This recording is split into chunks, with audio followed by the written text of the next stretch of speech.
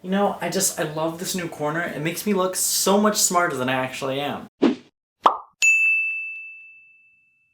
Hey you guys, it's Kian. Today I'm filming another Q&A. So this video is going to be especially fun because all these questions come from you guys. I asked you to submit questions to me on Twitter, YouTube, and Instagram, and now I'm going to answer them for you in this video. The first question I'm going to start with is, how are you? What have you been up to lately? And do I have any stories I'd like to share? Thank you so much for asking that actually. I've been pretty good. We got to go to another taping of Ellen, and that was exciting. We got to go see Annie at the Hollywood Pantages. Fantastic show, by the way. And we went to another taping of The Late Late Show with James Corden. Jacob and I have been to that show quite a few times and it's so much fun. And that actually brings me to a story that I want to tell you guys. So up until recently, when you would go into those talk shows, you weren't allowed to bring your phone. Recently they've gotten a little more lenient with it. They just ask that you don't take any pictures of the studio and that when the show starts filming that your phone is just turned off, which is understandable. So the most recent time that we went, Jacob and I took our seats. You know, we were like second row from the front of the stage. It was like really long before the show was gonna start, so everybody still had their phones out. And I noticed this woman in front of us trying to take a picture, and I'm like, oh gosh, she's gonna get in trouble for that. But I noticed something interesting about the picture she was taking. She had her phone turned to the front-facing camera and tried to inconspicuously snap a picture of me and Jacob from behind her. I'm like,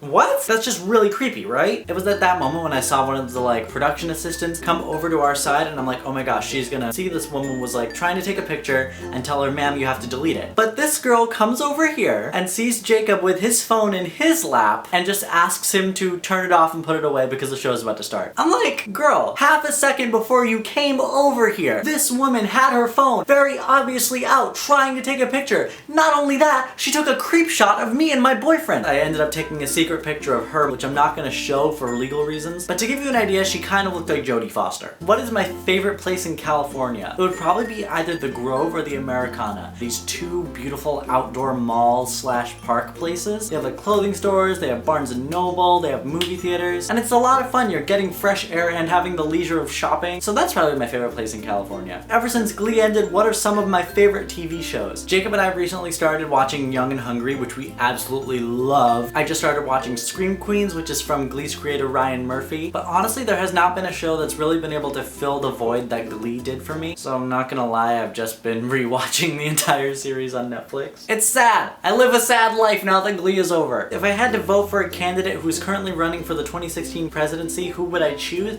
I am honestly going to go with Bernie Sanders. You can tell that he really has like a passionate heart. He is taking a stand for issues where he sees injustice. That is 100% a person I would love to see in the White House. What superpower do you have? By day, I am super introvert, the master of avoiding awkward social situations. But by night, I'm just Kian, which isn't much different from super introvert, to be honest. What is the best and worst TV show I've ever seen? The best TV show I've ever seen is Glee, and the worst TV show I've ever seen is Glee. I loved that show, but it was a mess. How did you know that Jacob was going to be the guy that you were going to marry? It was when I really met his family for the first time. I grew up with a very close-knit family, so it was always very important that I find someone who has those same family values. Seeing how he interacted with his family and how they all interacted together, it reminded me a lot of my own family, and I felt so welcome right away. And recently my mom and stepdad came out here to visit and actually finally got to meet Jacob's family. We did lunch together, we sat and talked, and it was just really cool to see the families like in the same place. And I'm so excited to see those two families blend together into one big one. This next question is a bit of a contrast to the previous question, and it is, what is something that Jacob does that upsets you? Oh god, if I could count the ways. No, but honestly, like, Jacob and I are just like any other couple. You know, we have our things that get on each other's nerves. It just comes with the territory of being in a relationship. But there's one thing that Jacob does that really gets on my nerves is Jacob and I go to the same school. We live close by enough to the school that the school is just an 8-minute walk away. Now, every morning when I would go to school, I would walk to school by myself because I'm close enough to walk, and if I drive, I have to pay a $5 parking fee to park at the school. And I also don't want to wake Jacob up, but if I'm like absolutely running late, I will wake him up and have him drop me off. But on days when Jacob has to go to class, he does not want to walk, but he also doesn't want to pay the $5 parking charge. So what Jacob will do is he will take advantage of those few extra minutes to sleep in, get ready, wake me up, and have me drive him to class 2 minutes up the street, and then I drive back home. Which, don't get me wrong, I love him, but driving stresses me out. Driving in LA stresses me out. I go to the same school and I walk myself pretty much every day. And when I'm driving him in the morning, I am tired, and it is not safe for me to be driving when I am tired. So sweetie, I love you, but stop doing that. It's okay once in a while, but making a habit out of it is another thing. The last YouTube question I'm going to take is from my friend Joy, and she says, can you react to IFusion episode 2? Now, if you guys don't know, me and my brother and our friend Joy used to do a web show back in the day called IFusion, and I'm going to react to the second episode right now. Time to relive some suppressed memories. Oh god.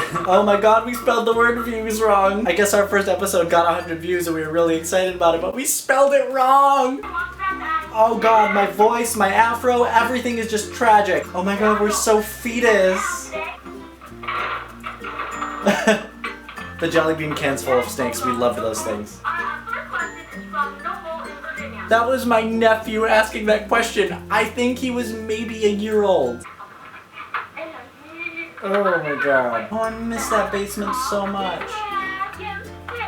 Oh no! I really wanted bangs, and so I used to tie GIMP into my hair and flip it like it was bangs. Oh my god. Girl, that weave. Oh god, this is probably gonna be copywritten, so I might have to skip this. Oh god, yeah, wow, oh my.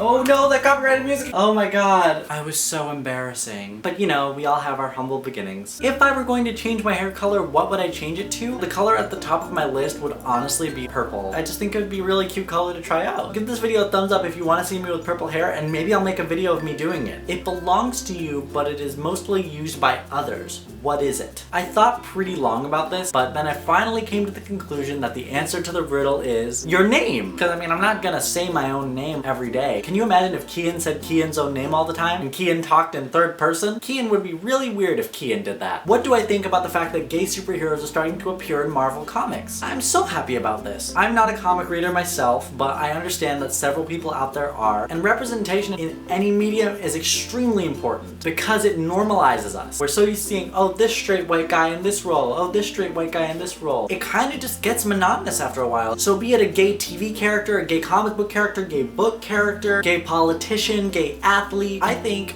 getting representation for everyone in the LGBTQIAXYZ, no offense at all, but the acronym is growing so much. Why don't we just call it the sexual alphabet? Ooh, thumbs up if you think we should call it the sexual alphabet from now on. Alright guys, well I have answered all of your questions for today. Be sure to leave more questions down in the comments of this video and I'll answer them in my next Q&A. And if you like this video, please be sure to give it a thumbs up and subscribe down below to see more videos from me every Saturday. To watch some of my previous videos, click over there. And don't forget to follow me on all my social media and check out my merch store. The links will be down in the description. But now I'm gonna go. I'm just Kyian, and I will see you guys next time. Bye!